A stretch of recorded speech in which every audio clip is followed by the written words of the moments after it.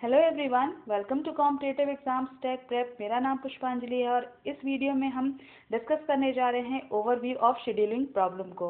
Overview of scheduling problem हम discuss करेंगे cloud computing subject के अंदर। सो फ्रेंड्स, अभी तक आप मेरे चैनल पे जुड़े नहीं हैं तो जुड़ जाइए, कर लीजिए चैनल को सब्सक्राइब और बेल बटन को प्रेस कर दीजिए, जिससे आने वाली वीडियोज़ की नोटिफिकेशन आपको मिलती रहे और ऐसी यूजफुल वीडियोज़ आप देख पाएँ। आप मुझे टेलीग्राम पे ही फॉलो कर सकते हैं, जिसका लिंक डिस्क्रिप्शन बॉक्स में है, वहाँ से आप चेक करके ज्वाइन कर सकते हैं। और क्लाउड कंप्यूटिंग की प्लेलिस्ट को भी अगर आप एक्सेस करना चाहते हैं तो पूरी प्लेलिस्ट जो है वो आपको लिंक डिस्क्रिप्शन बॉक्स में मिल जाएगा। वहाँ से आप पूरी प्लेलिस्ट को सिलेबस के अकॉर्डिंग एक्सेस कर सकते हैं। वहाँ पे मैंने सिलेबस के अकॉर्डिंग जो है टॉपिक्स को वहाँ पे अपलोड किया हुआ है, तो वहाँ से बिल्कुल आप देख सकते हैं। चलिए स्टार्ट कर लेते हैं हम अपने टॉपिक को बिना देरी के, जो है overview of scheduling problem. Overview of scheduling problem की बात करेंगे तो यहाँ पे हम डिस्कस करेंगे सबसे पहले शेड्यूलिंग प्रॉब्लम क्या है। ठीक है, मेनली हम क्लाउड कंप्यूटिंग की बात कर रहे हैं तो जानते हैं कि क्लाउड कंप्यूटिंग में शेड्यूलिंग क्या होती है।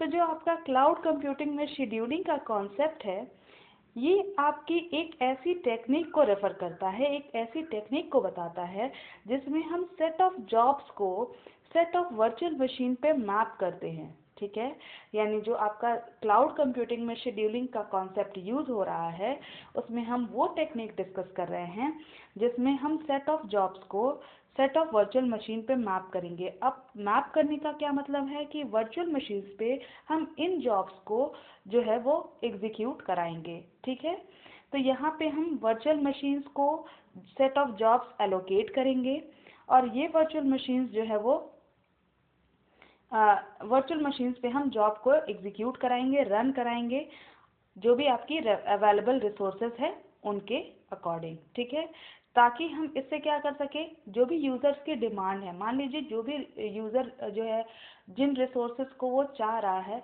जिन रिसोर्सेज को वो एक्सेस करना चाहता है यूज़र, वो इस शेड्यूलिंग की मदद से जो यूज़र है उसकी डिमांड जो है वो फुलफ़िल हो पाए। ठीक है, तो मेन एम क्या है शेड्यूलिंग टेक्निक यूज़ करने का, कि हम शेड्यूलिंग टेक्निक हम इसलिए यूज़ कर रहे हैं अपने क्लाउड एनवायरनमेंट के अंदर, ताकि हम सिस्टम के थ्रूपुट को इम्प्रूव कर पाएँ। ठीक है, सिस्टम के थ्रूपुट को इम्प्रूव कर पाएँ और लोड बैलेंस को भी इम्प्रूव कर पाएँ।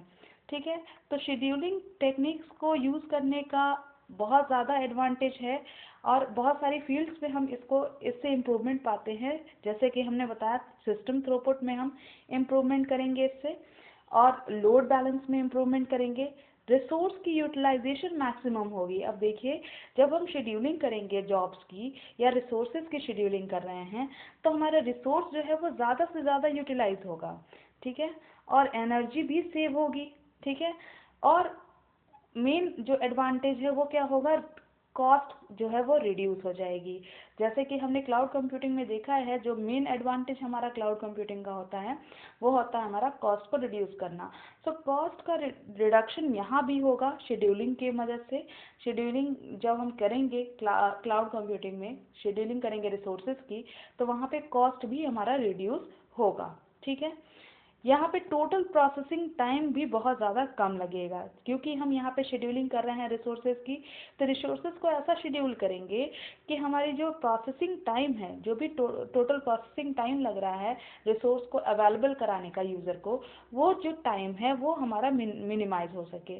ठीक है, तो यहाँ पे जो शेड्यूलर होगा उसको क्या क्या ख्याल रखना होगा, शेड्यूलर को कंसिडर करना चाहिए कि वो वर्चुअलाइज्ड रिसोर्सेज को कंसिडर करें। ठीक है, शेड्यूलर क्या कंसिडर करना चाहिए, शेड्यूलर को वर्चुअलाइज्ड रिसोर्सेज को कंसिडर करना चाहिए। वर्चुअलाइज्ड रिसोर्सेज यानी वर्चुअली हम रिसोर्सेज को किस तरह से एक्सेस कर रहे हैं। ठीक है, और यूज़र की जो रिक्वायर्ड कंस्ट्रेंट्स हैं, जिस तरह से यूज़र की डिमांड है, उसके अकॉर्डिंग जो भी जॉब्स और रिसोर्सेज हैं उनके बीच में एफिशिएंट मैचिंग है कि नहीं है, कि जॉब्स जो है वो एग्जीक्यूट हो रहे हैं कि नहीं, बट जो भी रिसोर्सेज हैं वो यूज़र को उसी अकॉर्डिंग अवेलेबल हो रहे हैं कि नहीं, कम कॉस्ट में, कम टाइम में। ठीक है, तो ये जो है हर एक शेड्यूलर होता है, उसको शेड्यूलर को कंसिडर करना चाहिए कि जो रिसोर्सेज हो वो वर्चुअलाइज्ड रिसोर्सेज जो वो है यूज़ करे। ठीक है, यहाँ पे शेड्यूलिंग टेक्निक जो है वो यूज़ की जाती है। शेड्यूलिंग टेक्निक भी ऐसी होनी चाहिए जो एक या ज़्यादा स्ट्रेटजीज़ पे बेस्ड हो। अब वो स्ट्रेटजीज़ क्या क्या हो सकती हैं? वो स्ट्रेटजीज़ हो सकती हैं जैसे टाइम पे बेस्ड होना चाहिए। जो भी शेड्यूलिंग टेक्निक हम यूज़ करेंगे अपने क्लाउड कंप्यूटिंग में, उसमें हमारा बहुत ही कम टाइम में जो है वो जॉब शेड्यूल हो सके, बहुत ही कम कॉस्ट भी लगे, देन एनर्जी भी हमारी बहुत ज़्यादा सेव हो, क्वालिटी ऑफ सर्विस को इम्प्रूव करना चाहिए। यहाँ पे ये बहुत ज़्यादा ध्यान देने वाली बात है कि क्वालिटी ऑफ सर्विस यानी QoS जो है वो इम्प्रूव होना चाहिए। फॉल्ट टॉलरेंस भी बहुत ज़्यादा कम होना चाहिए, ठीक है। तो ये सारी जो स्ट्रेटजीज़ हैं उनको देख के उनके अकॉर्डिंग हम जो है शेड्यूलिंग टेक्निक को, हर एक शेड्यूलिंग टेक्निक को जो है वो हम कंसिडर करेंगे, ठीक है। तो यहाँ पे हम आगे बात करें तो रिसोर्सेज की बात कर रहे हैं हम क्लाउड कंप्यूटिंग में। क्लाउड कंप्यूटिंग में जो रिसोर्सेज हम मान लीजिए अब शेड्यूल तो हम रिसोर्सेज ही कर रहे हैं कि हम क्या कर रहे हैं, रिसोर्सेज को यूज़र्स को अवेलेबल कराएंगे। कौन सा रिसोर्स पहले अवेलेबल हो यूज़र को, कौन सा बाद में हो, ये सारे के लिए हम शेड्यूलिंग कर रहे हैं। तो शेड्यूलिंग जो हम कर रहे हैं तो रिसोर्सेज जो होंगे क्लाउड कंप्यूटिंग के अंदर उनको हम 2 लेवल्स में शेड्यूल करते हैं। कितने लेवल्स में? 2 लेवल्स में शेड्यूल करते हैं। पहला तो होता है आपका वर्चुअल मशीन लेवल जिसे हम VM लेवल भी कहते हैं, और दूसरा होता है आपका होस्ट लेवल, ठीक है। तो 2 टाइप से शेड्यूलिंग की जाती है 2 लेवल्स में, वर्चुअल मशीन लेवल में और होस्ट लेवल में। वर्चुअल मशीन लेवल में जो आपका शेड्यूलिंग होता है रिसोर्सेज का, तो रिसोर्सेज जो है वर्चुअल मशीन लेवल में शेड्यूल कैसे होती हैं? वर्चुअल मशीन लेवल पे टास्क जो है वो आपके वर्चुअल मशीन्स पे एलोकेट किए जाते हैं, ठीक है। जो भी वर्चुअल मशीन्स होती हैं उन पे टास्क को शेड्यूल किया जाता है ताकि वो एग्जीक्यूट हो सकें, ठीक है। और इसके लिए हम किसका यूज़ करते हैं? टास्क या जॉब शेड्यूलर का यूज़ करते हैं। तो जब भी हम वर्चुअल मशीन लेवल की बात करेंगे तो यहाँ पे हम टास्क को वर्चुअल मशीन्स पे मैप्ड करते हैं, वर्चुअल मशीन को टास्क को एलोकेट करेंगे, टास्क जो है वर्चुअल मशीन्स पे रन करेंगे, एग्जीक्यूट करेंगे, और ये सब कौन मैनेज करेगा? टास्क या जॉब शेड्यूलर, ठीक है। और टास्क इस पूरे प्रोसेस, इस पूरे शेड्यूलिंग को हम क्या बोलेंगे? टास्क शेड्यूलिंग बोलेंगे, ठीक है। तो जो वर्चुअल मशीन लेवल पे जो शेड्यूलिंग होगी वो होगी टास्क शेड्यूलिंग, क्योंकि टास्क को ही हम क्या कर रहे हैं? वर्चुअल मशीन पे एलोकेट कर रहे हैं और उनको एग्जीक्यूट कर रहे हैं। तो यहाँ पे टास्क की शेड्यूलिंग हो रही है, जो टास्क या जॉब शेड्यूलर उसको शेड्यूल कर रहा है। तो यहाँ इस प्रोसेस को, इस शेड्यूलिंग को हम क्या बोलेंगे? टास्क शेड्यूलिंग बोलेंगे। और होस्ट लेवल पे आपका क्या होता है? दूसरा हमने बात किया होस्ट लेवल, तो होस्ट लेवल पे क्या होता है? वर्चुअल मशीन शेड्यूलर यूज़ किया जाता है। तो ध्यान देने वाली बात क्या है कि वर्चुअल मशीन लेवल पे हमारी जो शेड्यूलिंग होगी उसको हम बोल रहे हैं टास्क शेड्यूलिंग, और होस्ट लेवल पे आपका जो शेड्यूलिंग होगी उसको हम बोलेंगे वर्चुअल मशीन शेड्यूलिंग, ठीक है। वर्चुअल मशीन लेवल में जो हमारा शेड्यूलर यूज़ हो रहा है वो होता है टास्क या जॉब शेड्यूलर, और होस्ट लेवल पे जो हमारा शेड्यूलर यूज़ होगा वो होता है वर्चुअल मशीन शेड्यूलर, ठीक है। ये वर्चुअल मशीन्स को फिजिकल हार्डवेयर पे एलोकेट करता है, ठीक है। वर्चुअल मशीन्स को किस में एलोकेट करेगा? हार्डवेयर, फिजिकल हार्डवेयर में एलोकेट करेगा। और इस टाइप की जो आपकी शेड्यूलिंग होती है इसको हम वर्चुअल मशीन शेड्यूलिंग कहते हैं, ठीक है। तो एक बार हम देख सकते हैं कि यहाँ पे डायग्राम से हम समझ लेते हैं सबसे पहले शेड्यूलिंग को। तो जो शेड्यूलिंग हम क्लाउड कंप्यूटिंग में यूज़ कर रहे हैं उससे हम क्या कर रहे हैं? रिसोर्सेज का शेड्यूलर, जो भी रिसोर्सेज की शेड्यूलिंग कर रहे हैं, ठीक है। यानी रिसोर्सेज को यूज़र के डिमांड के अकॉर्डिंग, यूज़र किस तरह से उसकी कंस्ट्रेंट जो हैं रिक्वायर्ड हैं, जो भी कंस्ट्रेंट्स के अकॉर्डिंग उसकी रिक्वायरमेंट है उसके अकॉर्डिंग हम शेड्यूलिंग कर रहे हैं रिसोर्सेज की। तो रिसोर्सेज की शेड्यूलिंग क्यों कर रहे हैं? ताकि हम यूज़र की डिमांड को फुलफ़िल कर पाएँ। और ये शेड्यूलिंग जो है वो 2 टाइप से हो रही है, होस्ट लेवल और 2 लेवल्स में हो रही है, होस्ट लेवल और वर्चुअल मशीन लेवल में। होस्ट लेवल पे जो शेड्यूलिंग होती है उसे कहते हैं हम वर्चुअल मशीन शेड्यूलिंग, और वर्चुअल मशीन लेवल पे जो शेड्यूलिंग होती है उसे हम कहते हैं टास्क शेड्यूलिंग, ठीक है। अब टास्क शेड्यूलिंग जो आपकी वर्चुअल मशीन लेवल पे हो रही है, ये 2 टाइप के टास्क यहाँ पे जो है वो डिफाइन किए गए हैं। पहला है डिपेंडेंट टास्क और दूसरा है इंडिपेंडेंट टास्क। अब डिपेंडेंट टास्क और इंडिपेंडेंट टास्क को समझते हैं। तो टास्क शेड्यूलिंग बेसिकली फोकस करता है टास्क की मैपिंग पे, जिससे कि वर्चुअल मशीन्स जो है एफिशिएंटली यूज़ हो सकें। क्योंकि यहाँ पे टास्क शेड्यूलिंग में हम क्या कर रहे थे कि टास्क को हम वर्चुअल मशीन्स पे एलोकेट कर रहे थे, तो इससे वर्चुअल मशीन भी एफिशिएंटली यूज़ होंगी, ठीक है। और टास्क की डिपेंडेंसी के अकॉर्डिंग हम टास्क को दो टाइप से क्लासिफाई करते हैं। पहला तो हम करते हैं इंडिपेंडेंट टास्क, दूसरा होता है डिपेंडेंट टास्क। इंडिपेंडेंट टास्क वो होते हैं जिसमें कोई भी किसी भी तरह की डिपेंडेंसी नहीं होती है टास्क के बीच में, यानी एक टास्क का दूसरे टास्क से कोई भी डिपेंडेंसी नहीं होती है, एक टास्क दूसरे से इंडिपेंडेंट होता है, यानी पहला टास्क दूसरे टास्क से बिल्कुल इंडिपेंडेंट होगा, उनका एक दूसरे पे कोई भी डिपेंडेंसी नहीं होगी। तो यहाँ पे जब डिपेंडेंसी नहीं होती है तो यहाँ पे कोई भी प्रायोरिटी ऑर्डर नहीं होता है, ठीक है, यानी कोई प्रायोरिटी ऑर्डर शेड्यूलिंग प्रोसेस के दौरान जो है वो फॉलो नहीं करना होता है यहाँ पे। जबकि जो डिपेंडेंट टास्क होते हैं उनमें आपकी प्रेसिडेंस ऑर्डर फॉलो की जाती है, ठीक है। जैसी भी डिपेंडेंसी हो हमारे टास्क के बीच में उसी हिसाब से हम प्रेफरेंस ऑर्डर जो है वो यूज़ यहाँ पे करते हैं डिपेंडेंट टास्क के अंदर, ठीक है। तो पूरे शेड्यूलिंग प्रोसेस में हम प्रेसिडेंस ऑर्डर को फॉलो करते हैं कि कौन सा टास्क जो है वो पहले एग्जीक्यूट किया जाएगा, कौन सा बाद में एग्जीक्यूट किया जाएगा। ये हमारा किस में होगा, डिपेंडेंट टास्क में होगा, क्योंकि यहाँ पे एक दूसरे पे डिपेंडेंट हैं और इसीलिए यहाँ पे प्रेसिडेंस ऑर्डर को फॉलो किया जा रहा है, उसी ऑर्डर में हम टास्क को एग्जीक्यूट करेंगे।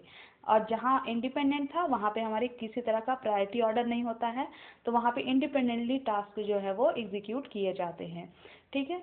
शेड्यूलिंग डिपेंडेंट टास्क जो है, डिपेंडेंट टास्क को हम शेड्यूल करना जो है वो उसको हम वर्क फ्लो शेड्यूलिंग भी कहते हैं, यानी जो आपकी डिपेंडेंट टास्क शेड्यूलिंग होती है उसे हम वर्क फ्लो शेड्यूलिंग भी कहते हैं। जैसे कि हमने यहाँ पे देखा था कि डिपेंडेंट वर्चुअल मशीन लेवल पे जो आपका टास्क शेड्यूलिंग हो रहा है वो दो टाइप का था, डिपेंडेंट टास्क और इंडिपेंडेंट टास्क।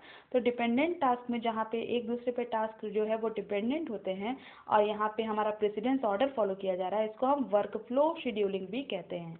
तो ये ध्यान रखिएगा, वर्क फ्लो शेड्यूलिंग भी इसको कहा जाता है, ठीक है। तो वर्चुअल मशीन शेड्यूलिंग में हम क्या करते हैं, वर्चुअल मशीन शेड्यूलिंग में जो भी आपके यहाँ पे हमने देख लिया कि वर्चुअल मशीन टास्क शेड्यूलिंग में क्या हो रहा है, दो टाइप से इंडिपेंडेंट टास्क और इंडिपेंडेंट टास्क। अब वर्चुअल मशीन शेड्यूलिंग में क्या हो रहा है ये देखते हैं। Virtual machine scheduling is the allocating of virtual machine to run on the appropriate physical machine, ठीक है।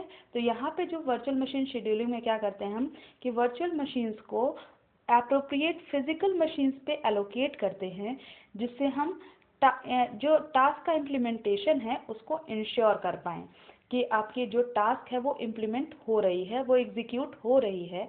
इसको इंश्योर करने के लिए हम क्या करते हैं, वर्चुअल मशीन्स को फिजिकल मशीन्स पे एलोकेट करते हैं और यहाँ पे हमारे टास्क जो है वो रन करते हैं, ठीक है। और इससे हमारा रिसोर्स का यूटिलाइजेशन भी इम्प्रूव होता है। इसके साथ साथ जो भी लोड बैलेंसिंग है सिस्टम का, पूरे के पूरे सिस्टम का, सारे सिस्टम्स का लोड बैलेंसिंग भी यहाँ पे मैनेज हो जाता है। तो वर्चुअल मशीन शेड्यूलिंग इम्पॉर्टेंट है, जिससे हम इंश्योर करेंगे क्वालिटी ऑफ सर्विस को, सर्विस क्वालिटी को इम्प्रूव करेंगे। एंड यहाँ पे सर्विस लेवल एग्रीमेंट यानी SLA को भी इंश्योर करने के लिए हम वर्चुअल मशीन शेड्यूलिंग को यूज़ करते हैं। तो वर्चुअल मशीन शेड्यूलिंग इम्पॉर्टेंट है क्वालिटी ऑफ सर्विस के लिए भी और SLA यानी सर्विस लेवल एग्रीमेंट के लिए भी, ठीक है। तो यहाँ पे आपका ये दोनों चीज़ें प्रोवाइड की जाती हैं क्लाउड सर्विस प्रोवाइडर के द्वारा और कस्टमर्स को ये प्रोवाइड की जाती हैं। तो यहाँ पे हम शेड्यूलिंग जो है इसमें हम वर्चुअल मशीन शेड्यूलिंग क्यों यूज़ कर रहे हैं ये आपको समझ में आ गया होगा। तो वर्चुअल मशीन शेड्यूलिंग और टास्क शेड्यूलिंग दो टाइप की शेड्यूलिंग हमने यहाँ पे देखी कि दो टाइप से हम दो लेवल्स में शेड्यूलिंग करते हैं, पहला होस्ट लेवल और दूसरा virtual machine level. Host level में जो शेड्यूलिंग यूज़ कर रहे हैं वो हम यूज़ कर रहे हैं वर्चुअल मशीन शेड्यूलिंग, और जो वर्चुअल मशीन लेवल पे हम शेड्यूलिंग कर रहे हैं उसको हम कह रहे हैं टास्क शेड्यूलिंग। टास्क शेड्यूलिंग दो टाइप की है, डिपेंडेंट टास्क और इंडिपेंडेंट टास्क। डिपेंडेंट में एक दूसरे पे डिपेंडेंट होते हैं, इसलिए इसमें आपका प्रेसिडेंस ऑर्डर फॉलो किया जाता है। और इंडिपेंडेंट टास्क में कोई भी टास्क एक दूसरे पे डिपेंडेंट नहीं होता है, इंडिपेंडेंटली यहाँ पे एग्जीक्यूट होते हैं वर्चुअल मशीन्स पे। तो ये हमारा था शेड्यूलिंग क्लाउड कंप्यूटिंग में। शेड्यूलिंग प्रॉब्लम को हमने डिस्कस कर लिया कि शेड्यूलिंग में किस तरह की आपकी शेड्यूलिंग होती है। तो बेसिकली हम रिसोर्सेज को शेड्यूल कर रहे हैं क्लाउड कंप्यूटिंग में, जिससे हम यूज़र की डिमांड को फुलफिल कर पाएँ। आई होप आपको समझ में आया होगा टॉपिक पूरी तरह से आपका कॉन्सेप्ट क्लियर हो गया होगा। अगर वीडियो पसंद आई है तो कमेंट सेक्शन में मुझे ज़रूर बताइएगा कि वीडियो कैसी लगी है आपको, और लाइक ज़रूर बटन प्रेस करके जाइएगा। मैं 100 लाइक्स का टारगेट रखती हूँ। इसके बाद जो वीडियो आएगी आपकी टाइप्स ऑफ शेड्यूलिंग, वो 100 लाइक्स के बाद ही आएगी।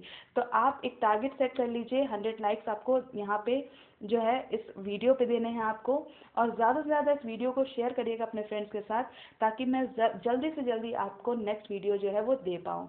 Thank you for watching.